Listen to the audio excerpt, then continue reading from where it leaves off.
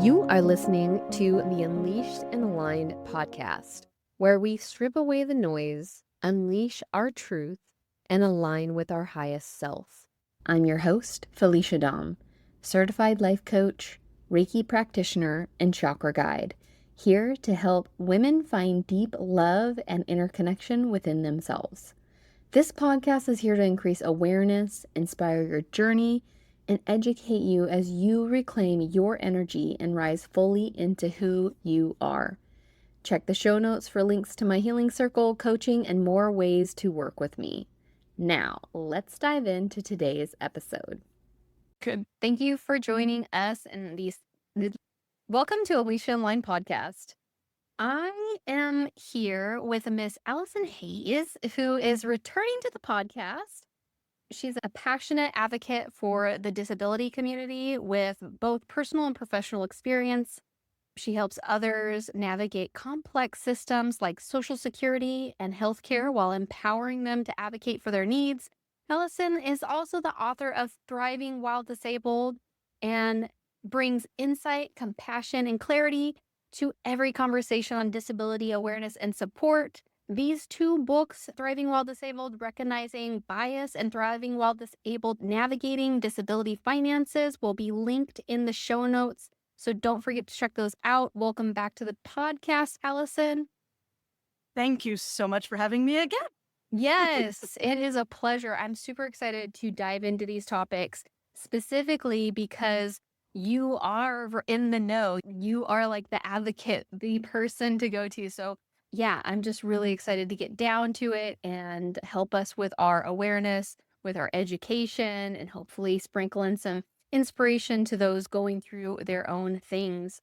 So I wanted to talk a little bit about your book. Like, what kind of inspired you and how did this book come about? Give me all the deets.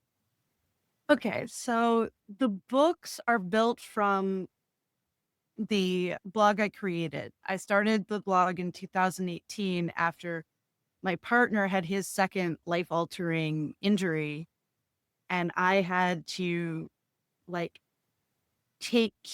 manage all of his medical needs and help him get through all of the stuff that went with his healthcare, health insurance, and we had to decide whether or not it made sense for him to apply for SSI.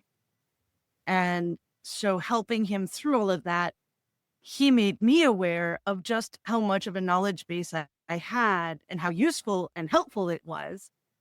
And when about a year after his injury, I was recovered enough from helping him and the trauma that helping him trigger the relapse we were going to do next. And he was very encouraging when I talked about, well, maybe I should do some kind of blog and build from there.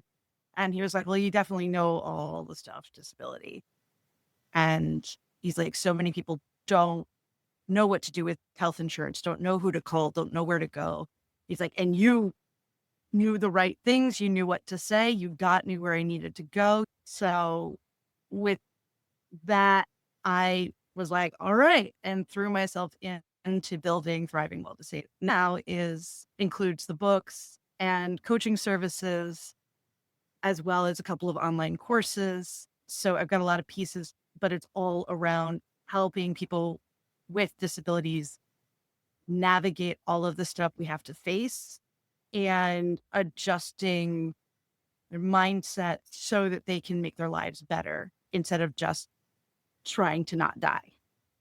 I love the inspiration for the book. I think that this is so amazing and helpful for people because not only are you going through a traumatic experience, like you mentioned, but some people are just trying to get by. They're trying not to die. They're trying to survive something. They're trying to get back on their feet or recover from something. And this shouldn't be a barrier in their way. And so I think the information that you're putting out there is amazing and it's so needed. So tell us about a significant challenge you've faced and what's helped you get through it, whether it's for disability or going through the channels that you had to go through for your partners. In a lot of ways, the biggest challenge that disabled people face isn't actually the disability, it's society's response to it.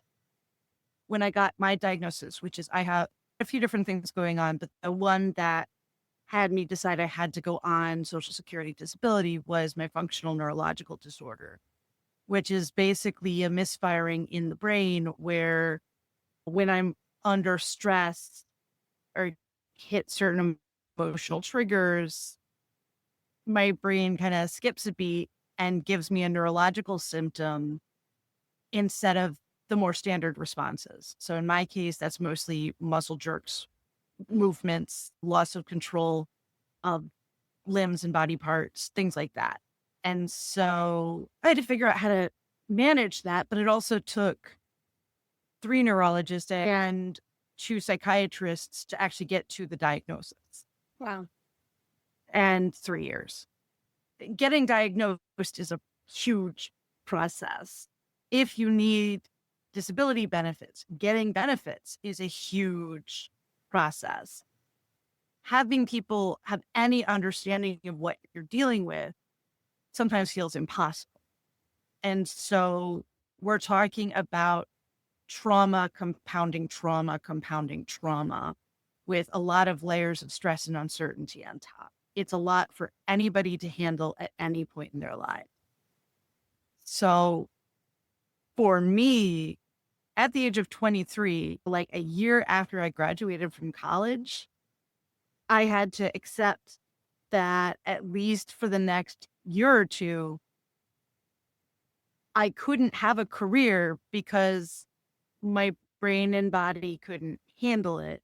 And so I had to apply for disability benefits, which is multiple levels of acknowledging failure of my body, all these different layers of messages of failure. And to put all of that together, I had to file long, complicated forms by an agency that didn't believe me to prove that I was incapable of doing my primary function in life, which at that age is to have a career and Mhm. have a job and work and earn money. And so I was at a very low point. I have a lifelong history with depression. And I had to sit there and spend hours and hours describing in excruciating detail all of these ways in which I had failed. And if I didn't do it well enough, I wouldn't have anything to live on. Yeah, that's hard. Exactly. And it was traumatic.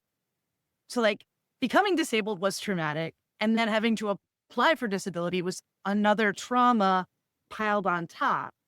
And part of why I ended up deciding to apply for disability was my father died of a brain injury a couple of months after my diagnosis.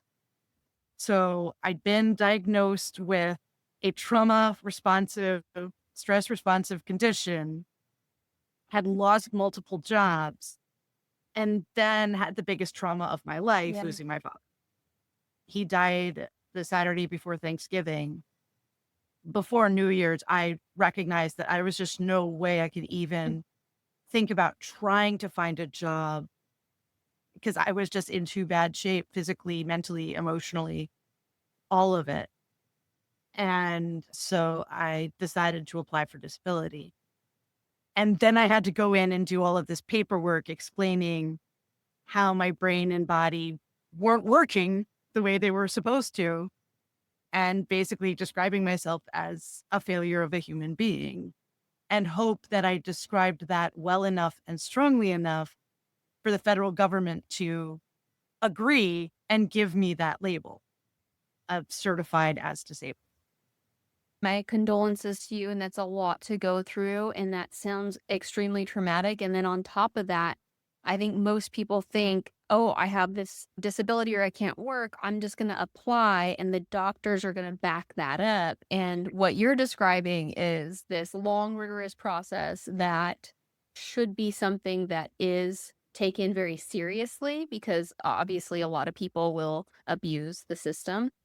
But going through the things that you have to go through and describing it, you would think that a doctor could just like sign off on it or something. I don't know if you have an explanation for that or if you know why, but I feel like in my mind, why is this so? It should be a strict process, but why is it so difficult on the actual person instead of going back onto the actual medical professional? So, okay, there's a few layers to that, unfortunately. Sometimes disabilities span multiple body systems, Mm, multiple symptom sets. So, very often, one doctor doesn't have the answers. The other thing is there's also a lot of medical trauma that people with chronic illnesses face, especially because there's a lot of doctors who don't listen well, don't acknowledge things properly, don't listen to or respect their patient's shared experience, especially when it's a non apparent disability. And so there's actually a huge number of people with disabilities, especially women or other people with minority identities, who consistently get gaslighted by their doctors about whether or not they have a disability and how severe it is. Doctors are human too, and they make mistakes, especially with the system we have in place right now in the US, where everything goes through insurance companies. And the insurance companies are shortening the amount of time doctors can spend with their yeah. patients, pressuring the doctors to justify any prescriptions of any sort. There's also a lot of pressure on doctors to minimize things they can't prove. And so all of it, and the Social Security system knows that all doctors aren't created equal, but doesn't have a different thing to base their decisions on. And so they're looking for self reported symptoms and then the doctors to back up what the patient is saying. So it's about put all your information together and make sure you have doctors backing up every single thing you say and give us the story of why you can't work. And for some people, it's a single or interrelated conditions. But for a lot of people, the problem isn't one condition, it's multiple things that span multiple systems. Okay. And it's the combination that might make you unable to work.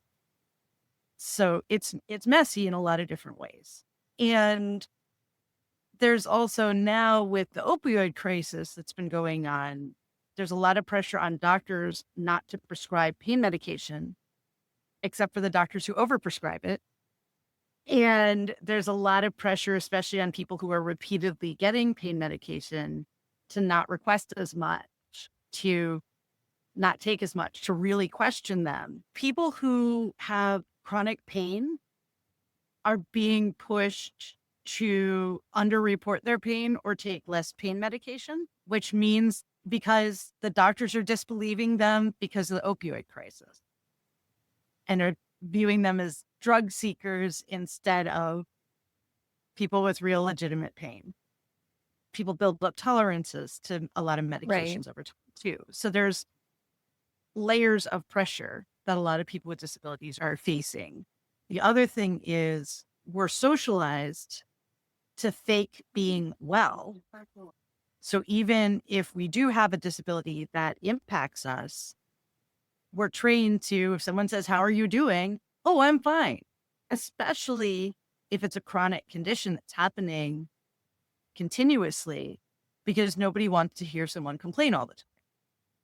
So there's a lot of social pressure on people with disabilities to fake being normal or fake being fine until we literally cannot do it anymore. And then we collapse and everybody's like, "Well, it can't be that bad. You know, you were smiling the other day, or you were doing this, you know, you went out for dinner, or I saw you at the beach or whatever." And it's like, okay, but people with disabilities deserve to have joy. Mhm. And okay, you saw me at the beach, but you didn't see the 3 days I spent resting after I had the day at the beach and the 2 days I spent resting in preparation to go there. Right. And And like you said, it's that society almost like if you have a disability, especially, and I know you mentioned this, and I can't remember if it was just us talking or if it was on the podcast, how not every disability you can see. So right. just like what meets the eye, you can't say somebody has a disability or they don't. You can't really always see it. And actually, more people have non-apparent disabilities than visible ones. I think it's about 30% of people with disabilities have apparent disabilities, Okay.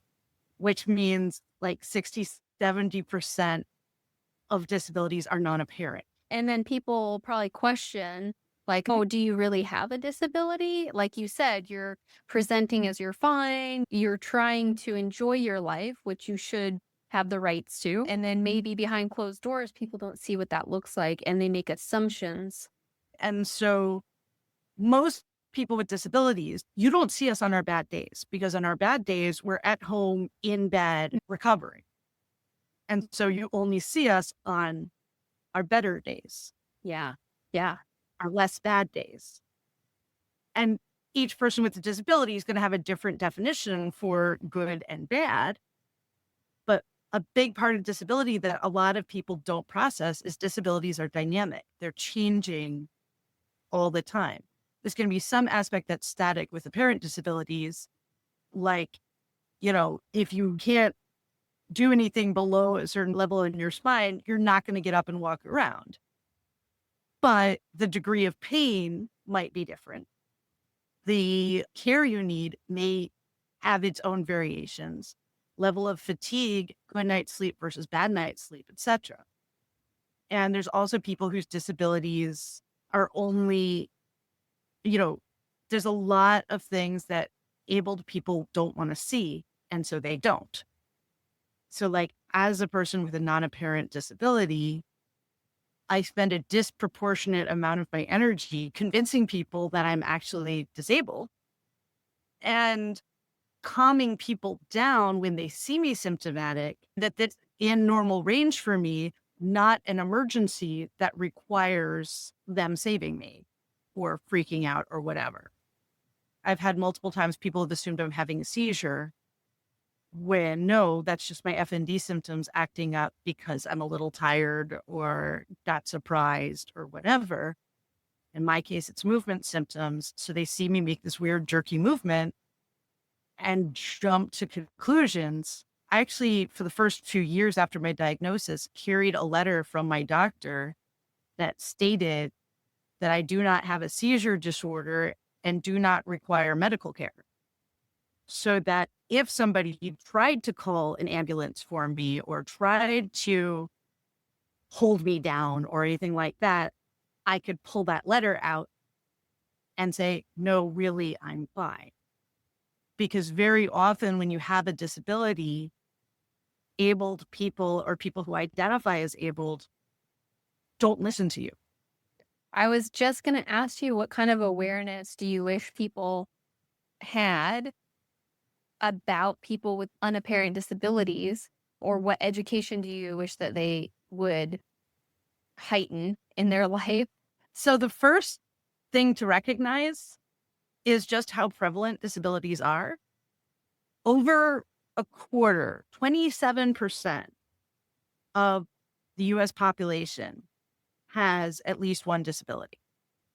That's all different kinds, all different levels of disability, but a lot of them are things we don't even think about or recognize as disabilities. For example, having vision issues is a disability. There's a percentage of us that's mostly repaired through glasses or contacts, and glasses are the only assistive technology that isn't stigmatized. I didn't know that, I but mean, that think makes about sense. glasses have become a potential social statement too. They make designer glasses, they make Fashionable. glasses can be fashionable, but canes, wheelchairs, all of that, you see someone with them and your brain goes, they're broken. And very often people then express their ableism by making additional unwarranted presumptions. Oh, I see somebody in a wheelchair. Maybe I need to speak slowly for them. Oh, I see somebody using a cane. I'm going to give them space, which can be useful, but I don't know if I want to talk to them. And so on. And so there's these like layers. And part of that is our bias of if someone's sick, you tend to give them space. And people too often equate disability with sick. And also, I think like people unintentionally make them feel a certain way when they're trying to be quote unquote helpful and like rush over or like you said, like talk slower, things like that that they think that they're being nice and helpful, but they're actually excluding them in a social manner. Yes, exactly. And there's actually a term for that, which is benevolent ableism. The person who's doing it has what they view as good intentions. And so, along those lines, recognize that mobility and accessibility tools need to be viewed as an extension of the person's body. So, for example, somebody who's a wheelchair user, you don't push their wheelchair unless they ask you to, because their wheelchair is their legs. If you wouldn't grab somebody's leg, don't grab their wheelchair. I mean, that's a statement to live by. Don't Well, grab yeah, somebody's legs, don't grab somebody's wheelchair unless right. they ask you. Right. If they ask you, that's fine. Cool. They're fatigued. They want someone to push them. Cool. But never assume. Right. You'll see people who have mobility devices, people want to move them out of the way. Well, guess what? If you move it out of their reach, they can't get up now. Right. There are things like that for every condition. It's about recognizing that people are different and accepting differences. Don't make presumptions. If you see somebody who has the wheelchair symbol on their license plate or has the blue disability placard, believe it. Don't tell them you don't look disabled. You can't park in a disabled parking spot. There's a lot of people who have balance issues or energy issues. Hmm. That's why they need it. Right. It's not about how somebody looks. You don't look disabled isn't a compliment. Respect the needs of people with disabilities, but don't overreach.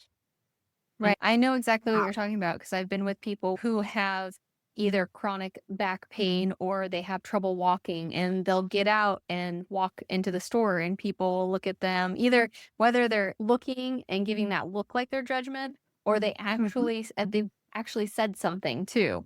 And I agree with you. You don't know. I mean, like you said, somebody could have, we're talking about unknown disabilities, but even if they have some kind of neurological disorder or something like that that you can't even see and they walk fine and it's not about walking. It's just about them having something where the doctor feels that it's deemed necessary. I've at a point where I had a placard because I would get symptomatic very quickly. And so it did take me extra energy to do things. And very often I'd have my legs drop out from under me while Wow, walking. I couldn't that's safely use scary. stairs. Right. Yeah. I couldn't safely use stairs for a couple of years because my subconscious stopped warning me when symptoms would come on. And so I'd be walking down the stairs and my leg wouldn't do the next step and I fell down. So, you know, there were a lot of things I couldn't do during that time. And one of them was it wasn't as safe for me to walk and it was more tiring. So I got the placard and used it for, that year or so that things were really bad. And then as soon as I was in better enough shape, I didn't need that, I stopped using it. And so it's about trusting the judgment of the person with the disability. And is it possible somebody might abuse the system in some way? Sure. But don't go out there assuming that's what's happening just because you don't see the problem. Right. And so we're talking about the difference between this accessibility and true inclusion. So, how, in your words, can we do better at the being respectful and treating everybody with this inclusion mindset? The first thing really is don't assume. Like when we were talking last month about the LGBT community and how bi people are generally not acknowledged or noticed, Right. same kind of thing with the disability community. A huge percentage of the disability community isn't recognized as being disabled. And some of them, because disability as a term is so stigmatized, don't identify themselves as being disabled. Just they've got this little difference. Mm-hmm. So the first thing is really don't make assumptions. Just because you see someone using a mobility or accessibility tool doesn't mean any other part of them doesn't work properly. So, like I said, those examples of seeing somebody moving strangely or in a wheelchair, etc., doesn't mean that they need you to speak louder or more slowly or any of those other presumptions. Same thing goes with language usage. If a person, if their speech is impaired, that doesn't mean their cognitive ability is, and Right. so on. So it's this accept what you see and don't assume that that means any other limitations. Yeah, I love that. I love that you mentioned that as well, because I think some people do assume when they're, talking to somebody, or if they look a certain way, that there's other parts of them that maybe can't comprehend something or they don't understand something. And you made a great point, because there's a lot of people with speech impediments or even visible disabilities that are completely able to comprehend what you're talking about, probably have a higher IQ than you. And so I think that's a great point that you've made. All those points are wonderful. And I think that's very useful. And along those same lines, just because somebody might have a mental health diagnosis or be on the autism spectrum, that doesn't mean they're less human in any other way. And so it's this don't assume, don't presume. And instead of going around life assuming everybody you interact with is able, go the other way. Think, well, they might have a disability I just don't see. Create space where it's safe for somebody to say, I don't have the energy to do that thing, or no, I can't walk 5 blocks. I have a lot of friends who have energy related issues or pain related things that are triggered by walking too far or exerting themselves too much. And Yeah. so what'll happen is they look fine. And so somebody be like, hey, let's go out for lunch. It's only a 5 block walk, or it's just around the corner. And that's more than they can comfortably do. But how do you steer them? Because you want to go out to the meal with them, you want to spend the time, but you can't do what they assume you can. And that becomes more feeding into the societal failure messaging that we already have everywhere. What do you mean you can't walk 5 blocks? What do you mean you're not up for going on a hike? And too often, able people, I can't, as I don't want to. It's only 4 blocks away. I can't walk 4 blocks. Oh, so you must not really want to go out to lunch with me. It kind of reminds me of how if you're a certain size, people just assume like you're fit or you're not fit. Absolutely. And fat phobia and ableism are relatively intertwined because a lot of people who are heavier and have a chronic condition, it's very often presumed that if only they lose the weight, they wouldn't be disabled. When very often the weight is the result of the disability. For example, a lot of antidepressants make it much harder for a person to lose weight and can cause weight gain just because they're antidepressants. Do I want to be thin and miserable or emotionally balanced and maybe a bit heavier? Right. I was listening to a podcast where this lady has cancer, She was promoting a book or something, and she was talking to somebody, and the lady was like, "Oh my God, you look so amazing." And she's like, "Thanks. It's called chemotherapy. You should try it." And Yeah. she was like talking about how we're like, as a society, glorifying this ridiculously skinniness when Mhm. it's actually very harmful Mhm.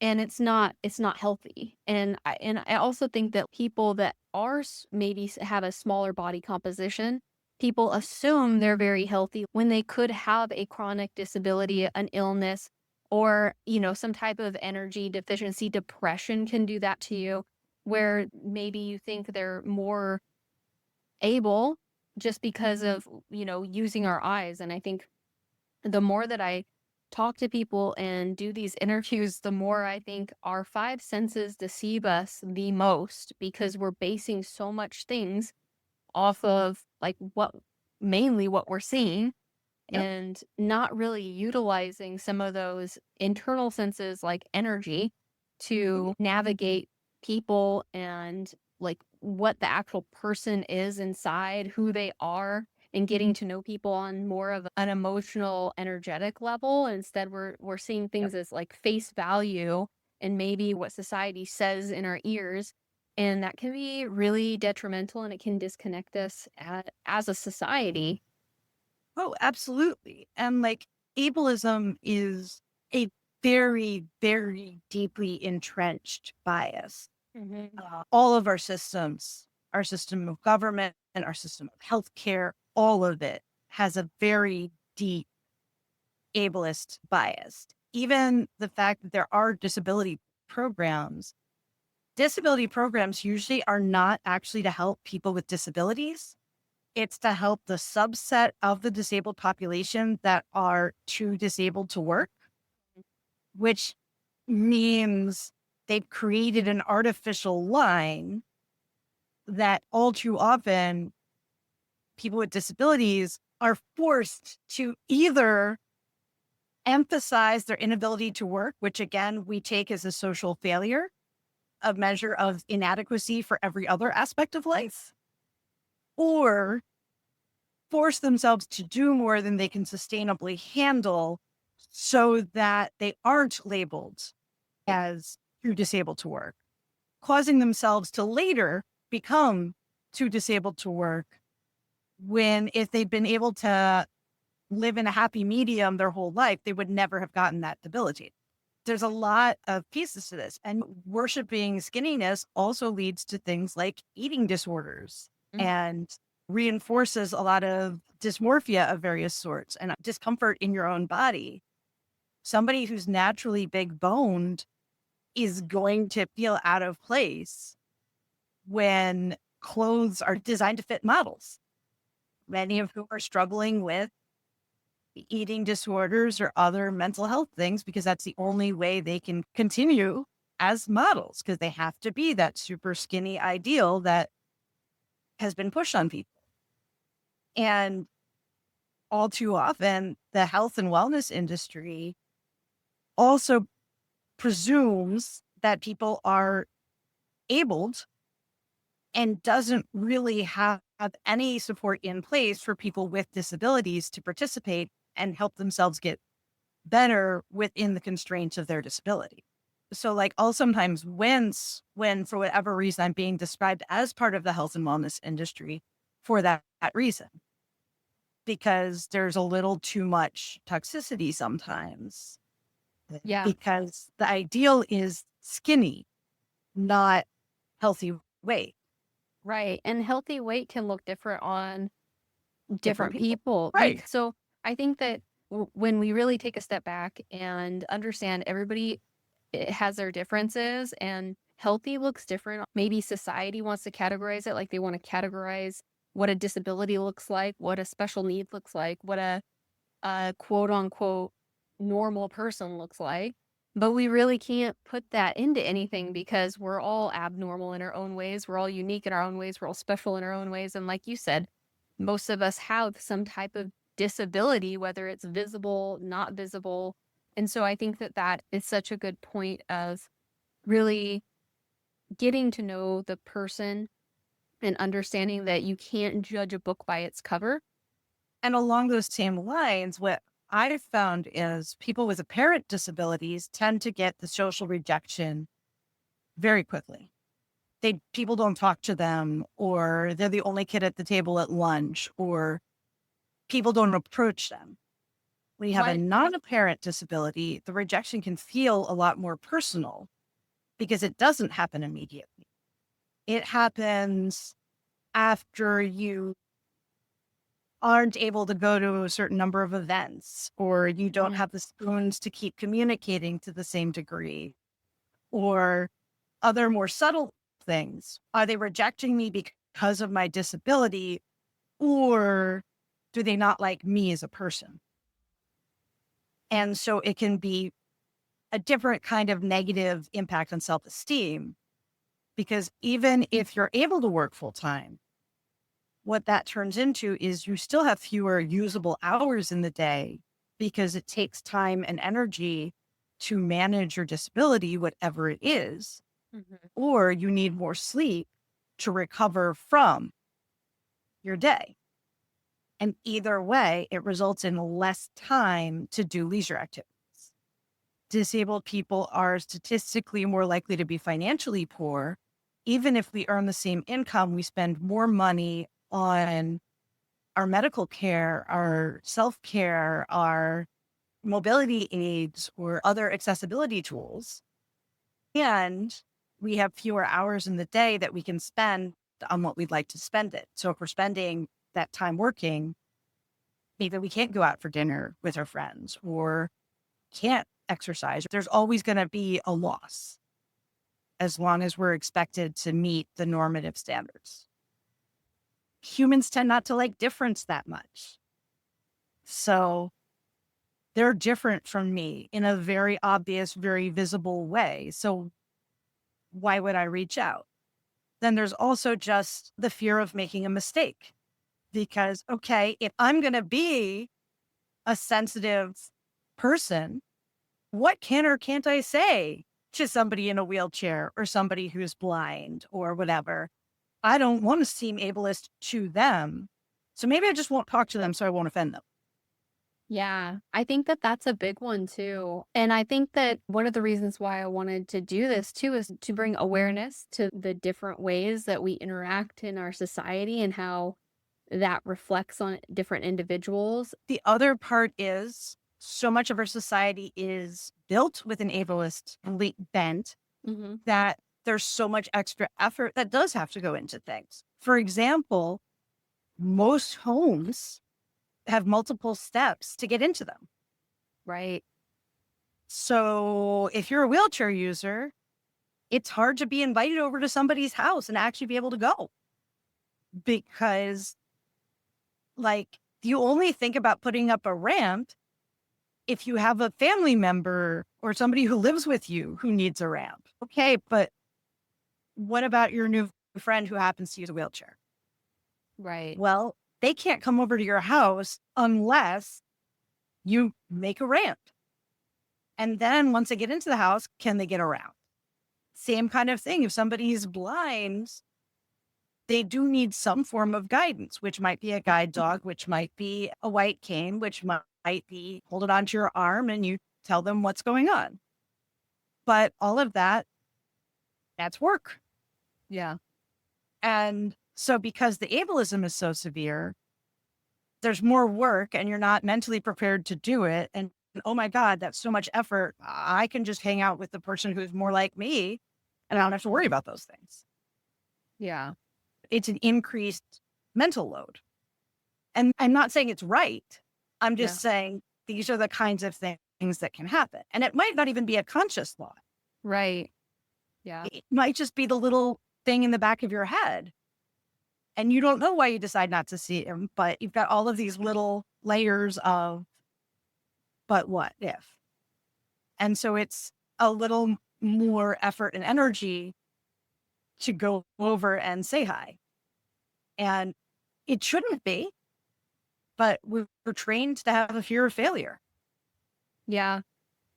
And And what if you right, don't do something what if you right or do you it wrong? don't say, yep, I agree with that. So So I want to kind of shift gears and talk about your book, Thriving While Disabled: Navigating Disability Finances, because you talked earlier about, you know, the people with disabilities tend to be more financially poor due to all of the medical things that are involved within that. And so, does your book kind of help a person navigate so they're able to work through some of those things within their disability and their finances?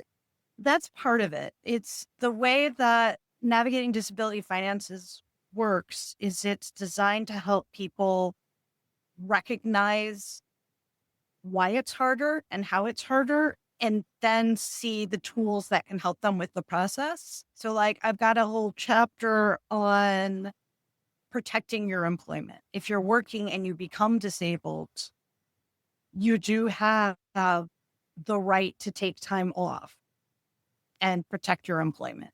You do have the right to have accommodations made for you.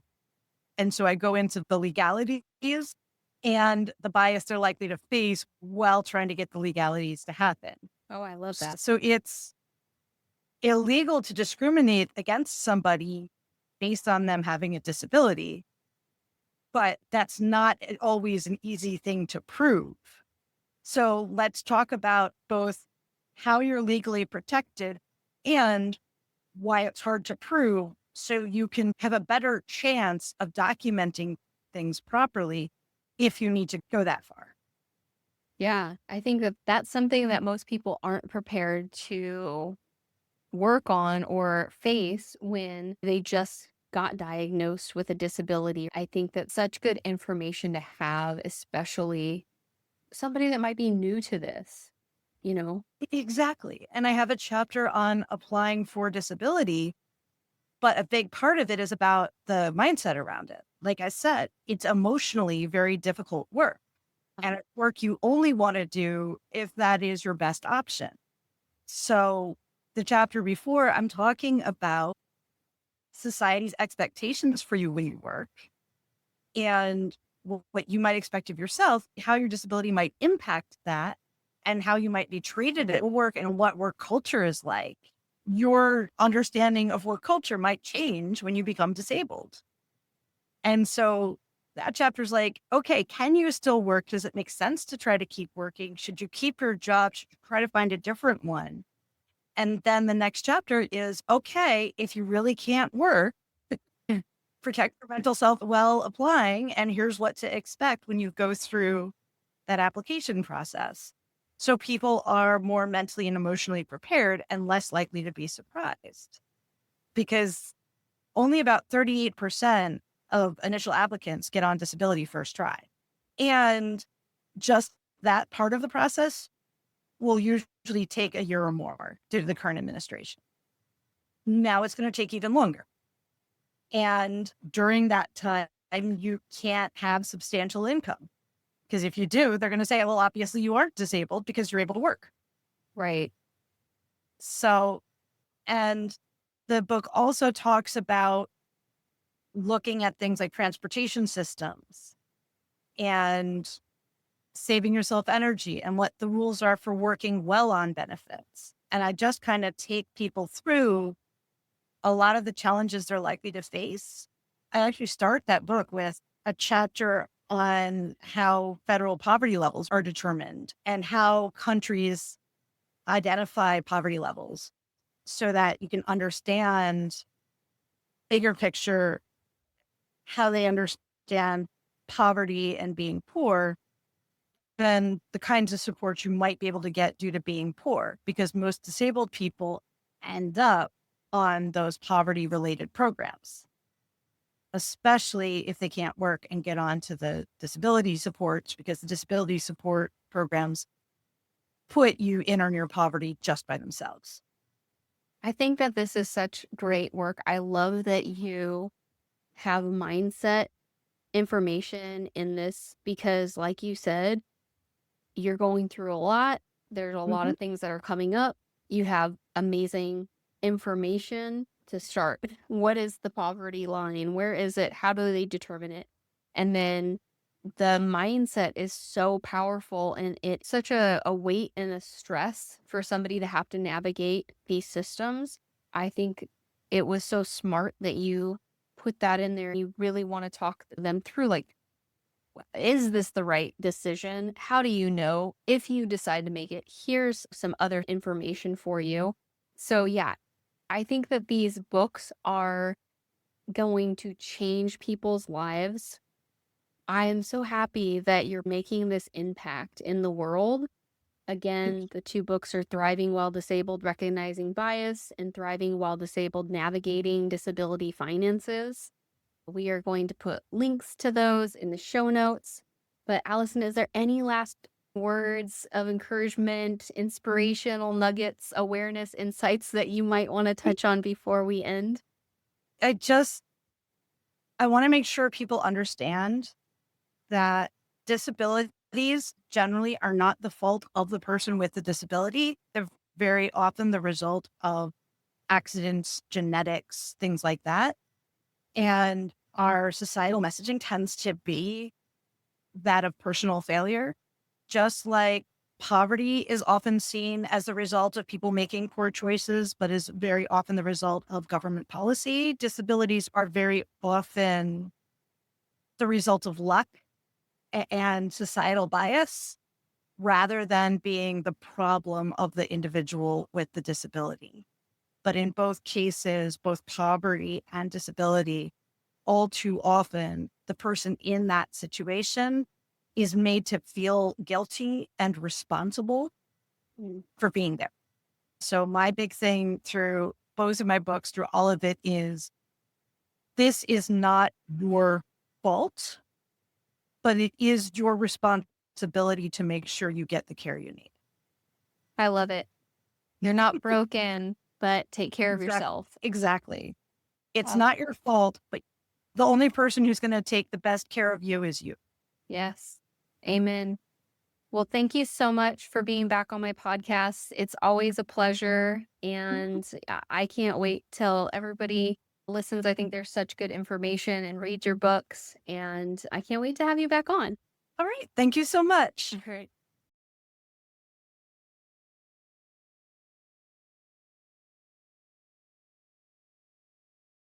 If you enjoyed this podcast, please make sure to like, subscribe, and leave a review so that we can connect with more people to develop our mind, body, and spirit.